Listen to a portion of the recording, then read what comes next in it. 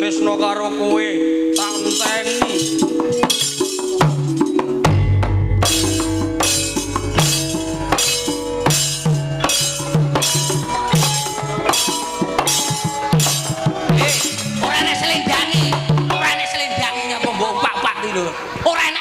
Ya biasanya kan anu nyampar-nyampar lho Mas. Nyampar apa nyampar dengkulmu kowe kon Mas.